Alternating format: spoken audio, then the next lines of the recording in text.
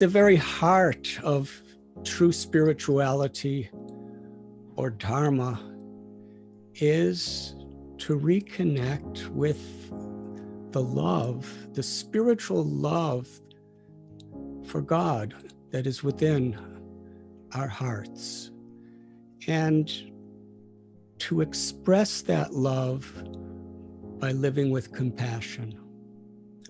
A compassionate lifestyle is inseparable from our interaction with the environment, because everyone is equally dependent on the gifts of nature. From a spiritual perspective, there is such a deep understanding of this idea. Example, in the Bhagavad Gita, Krishna tells, Bhoktaram yagyatapasam sarva loka maheshwaram suhridam sarva bhutanam gyatmamam shantim richjati. That the entire creation, all the resources around us are sacred, and that all living beings are children of the same source. We are all truly brothers and sisters.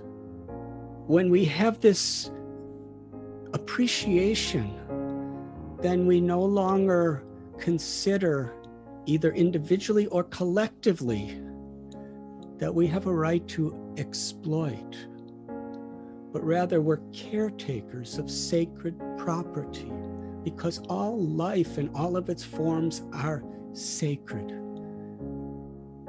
This spiritual principle really is foundational to self-realization or spirituality. In the world we're living, due to a disconnection to this truth, there's so much exploitation, even among innocent people, because so many people just do not understand. The idea of yoga, of religion, of spirituality is harmony. To create harmony with our body, our mind, our hearts, and the very living force within us, our souls. And in that harmony, we find harmony with nature, with all living beings, and with God. And when that disharmony is there, then there is a diseased condition. When the ecology of the human heart is polluted, it will naturally pollute the resources of Mother Nature. And when the ecology of the human heart is cleansed in its natural state, then we're truly empowered to restore the natural state of the environment around us. My beloved spiritual teacher, Srila Prabhupada, he inspired this Govardhan eco-village that's based on a principle of simple living and high thinking.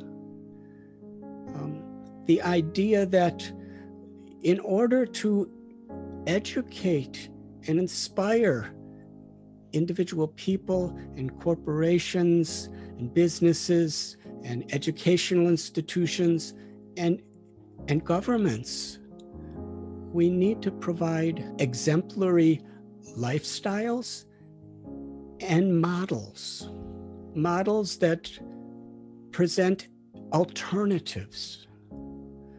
So Govardhan Eco-Village, we're trying to do this through PhD scholars from American universities combined with simple villagers of Maharashtra, industrialists and monks. Everyone is combining with appreciation with what we could all do together. And, through this, through water harvesting, through natural sewage refining, through building all of our structures with natural ingredients, through planting trees and organic farming, through converting plastic into usable oil without any pollution. These are just a few of the ways that we're demonstrating the beauty and the joy of living in harmony with nature and each other. And we're trying to share whatever gifts we're receiving with thousands and thousands of people in hundreds of villages. And we find people coming from all over India, and universities and environmentalists and other thoughtful people coming from around the world, just to explore how living a responsible, sustainable lifestyle is practical and it's possible for each of us individually and collectively. And this is something that faith-based organizations, spiritual leaders and followers can all be united on. We all have, during this time of great necessity, a responsibility to share with each other and with the world exemplary, practical ways in which we could actually live in harmony and in peace. Gratitude, respect is foundational to build these relationships. And it is true. The more we find unity in the cause that we have in common, the more we will find beauty and appreciation in all of our diversity. Thank you so very much.